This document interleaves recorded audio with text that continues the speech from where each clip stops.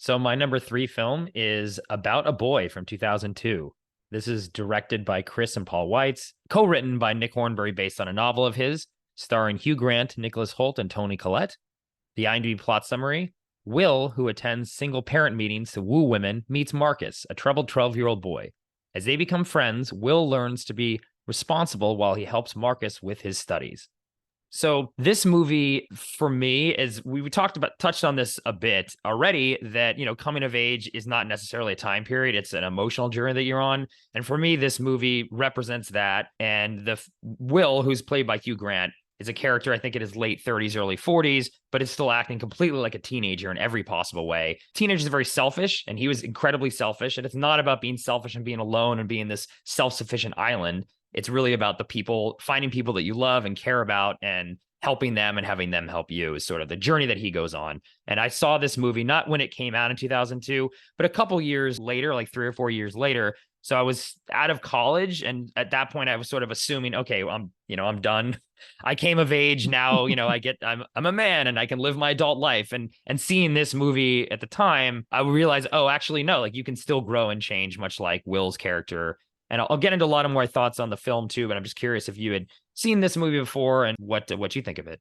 Yeah, I had seen this movie before and remember it very fondly for its comedic timing, but also its sort of vulnerability. But I hadn't thought of it or watched it ever since. And it was so fun to go back and watch this movie. To me, it like totally holds up. Such a tight screenplay, brilliant performances by really everybody. And yeah, excited to get more into the movie. But yeah, it sort of really hits that nail on the head that, no matter how old you are, you're always growing. And I think what I love about the movie is that it happens in a very organic kind of fashion. Like this movie doesn't tie things in a neat bow. Like he doesn't suddenly become, a quote unquote grown up, Right, just like right. that. Like they take you on a pretty fun journey. The one thing I would say as a standout this time was when my memory of watching it as a younger person was that, Toni Collette and that whole situation is so annoying. And Oh. I almost sort of felt like unaware younger person and maybe not so sensitive that all that bit was sort of played for laughs. And watching it this time, I felt so sad and sort of deeply moved by what was going on with her, just because I have a better understanding of just mental health issues and what have you, and putting myself in Nicholas Holtz's shoes of like what a sad thing to be enduring as a little kid. But yet he's so interesting and interested and has like these self-developed coping mechanisms while his mom is going through hard times. And that whole bit is just handled so beautifully and so thoughtfully, I thought, and holds up. No, definitely, like the suicidal mother and what that's Yeah. like. And yeah, that also was an aspect, because I haven't seen this movie in a while, maybe about 10 or so years. Definitely hit me a lot harder than it did when I initially saw the film, which, we'll get into this, a bit of a teaser for our next highlights of an actor. We will be talking about Hugh Grant. And for me, we'll talk about it more then, but it was an actor I never liked, actually. He always annoyed the hell out of me. And it wasn't until this movie that I think he was perfectly and captures what, for me, makes him interesting as an actor. And now I love this next phase that he's on now of his career. But I'd have actually avoided watching this movie for a while after it came out, and only watched it because of Nick Hornbury, who's the novelist who this story was based on, also did the High Fidelity novel, which is one of my favorite movies too. So that was sort of my way into this, watching it, when I was right after college. But I was very surprised that the themes of what this movie was talking about, and it did resonate with me. So, again, I think just to give people a little sense of who this guy is, it's Will, who's the main character, played by Hugh Grant. His father wrote some really popular sort of cheesy Christmas song. So he's basically living off of this wealth from his parents. He's has no job, has no career aspirations. He's just taking all this money in and living what, if you were like a 15-year-old boy, imagine like the perfect life. And that's what he's living. He's the Matt Bachelor life, can dates all these women, has all this nice TV and a nice car. Clothes, and it's a very 2000s capsule of fashion and, spiky hair and all of it. He's like the cool guy. Right. Exterior, from an exterior standpoint. Right. Exterior standpoint. And that's what you would imagine if you were 15. Oh, that's what I love. That's an adulthood. Right. But then what you realize is he's incredibly lonely and sad. And light and is putting on this sense of armor. It's even in the opening, I think the opening couple lines in the movie, it's like, look, all men are islands. It's good to be alone. It's Yeah. good to be self-sufficient. You don't want other people in your life because that's somehow a sign of weakness, which again is something I think as a teenager you would think that that's what adulthood is, when really it's the exact opposite. And what he learns over this course of this film is that.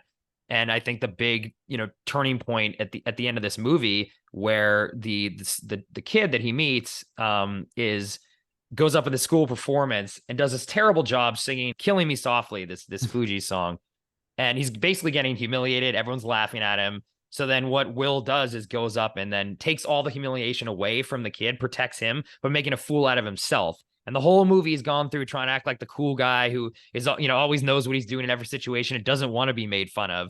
And now he cares enough about this kid to take all that away, like shield the kid from humiliation by being more ridiculous himself. And that is a major moment of growth. And yeah, he doesn't become the perfect person, right? Like you said, but I think just seeing that is like him realizing life is not about being an island. And that's a big thing that I think you don't necessarily learn right when you come of age at those quote unquote typical times of teenage years or going off to college. These are not things you typically learn. I think you just have to go a little older to learn that, or at least I did for sure. That it's more important about finding someone that you care about and love. He cared for this child so much so that he humiliated himself. And I think that is a big moment that resonated with me at the time and still does for now too. Yeah, it's a great scene. But like I was saying, even throughout the movie, like when he's celebrating holidays with all these people, through Marcus, like there's a monologue from his own mind, sort of just voiceover saying that this feels kind of good, because normally his holiday ritual is like, avoiding, first of all, his dad's cheesy Right. single. Number two, renting, I think he rents like Frankenstein or something, like, Oh, or some some non-Christmas movie. Right. Yeah. non-Christmas Yeah. movie, Yeah. and watches that alone at home and seems to be totally satisfied. But this time around he has other people, and so it's about caring for other people, also being vulnerable, because that's Mm-hmm. what caring for other people and having other people in your life brings, right? That you have to open up, you have to give, and you have to put yourself in those vulnerable situations, and that's what kind of the movie tracks. But he falls back too, like Mm-hmm. the whole Rachel Weisz character. You think in a stereotypical movie, you would think that by the time he meets her, he would be quote unquote healed from whatever problem he has. Mm-hmm. But no, he sort of does the same thing, makes up a story, Right. or doesn't totally lie, but doesn't really Tell correct the her either. exactly. That when she Right. assumes that Marcus is actually his son, and Mm-hmm. ropes in Marcus on this charade of him acting like a son, and it goes terribly wrong. But I think that was important, because I think people can change, but it takes a while. It happens bit by bit. And I like that the movie handles that pretty deftly. Me too. And I also like that in the film, and I'm assuming this is like the novel too, which I haven't read, they Mhm. don't set up a girl, whether it's Rachel Weisz or even Toni Collette, as the quote unquote prize that he gets at the end. Like he Right. doesn't become complete his arc by getting another woman in his life. Like he Right. completes the arc through what he does for Marcus, and then it's And self growth himself. internally, right? It's Yeah. self growth and realizing that men should not be islands, actually, which I think actually he has at the very end of the movie he even comes back and says something like that, like life is not an island. And it's that personal growth is his own reward. It's not like he is with Marcus just to get with Toni Collette, or Rachel Weisz is like the lesson that he learns. He gets it. The prize, again, a romantic relationship, because it's showing that coming of age, it's internal growth, right? That he is going through. And that's that internal emotional journey. And I really do always like that about this movie, that it doesn't fall into a typical, okay, well, Hmm. now he gets the girl at the end because that's the reward or the reason why he's doing it. Yeah, exactly. And then on the performances, like you touched on this a little bit with Hugh. Yeah, I think this movie it's a pretty complicated performance, I think. And I was reading later or watching some making of videos that Mm-hmm. Hugh Grant really kind of leaned into this and kind of pursued this project, was involved in the making of it, the writing of Oh, the interesting. screenplay, etc. Like he really wanted to get out of his sort of, kind of handsome but bumbling, kind of uppity sort of character that he'd played in so many movies, Notting Right. Hill and such, which I love him for all of those. But Well, we'll talk this about that was more in like, the next. I know exactly. Yeah. But this one is sort of up leveling where there are Mhm. those aspects. And if he were all smarmy or just irritating and such, I don't think you would root for him. And that's Right. sort of what Hugh Grant's secret weapon has always been, that he can be an annoying person or a selfish person like he is in this movie, but you still root for him because he's charming. Right. That's what Hugh Grant is. He's like, a jar full of charm. Oh, I just made that up. That's quite nice, actually. But the person I was totally blown away by, and I remember, feeling really good about Nicholas Holt's performance even Mhm. earlier when I watched this movie. But at this time around, I was like, this kid has such a hard thing to do. Like, he has to be adorable but kind of annoying, but he's very intelligent and smart and Right. perceptive, but also very naive and also very kind of childlike and pure hearted, because that's how he was raised by his mother. And he's kind of folksy, and there's so many layers that it just wouldn't work, I think, if this performance was not right, because it's sort of odd for a grown man and a child pairing to begin with, right? So Right.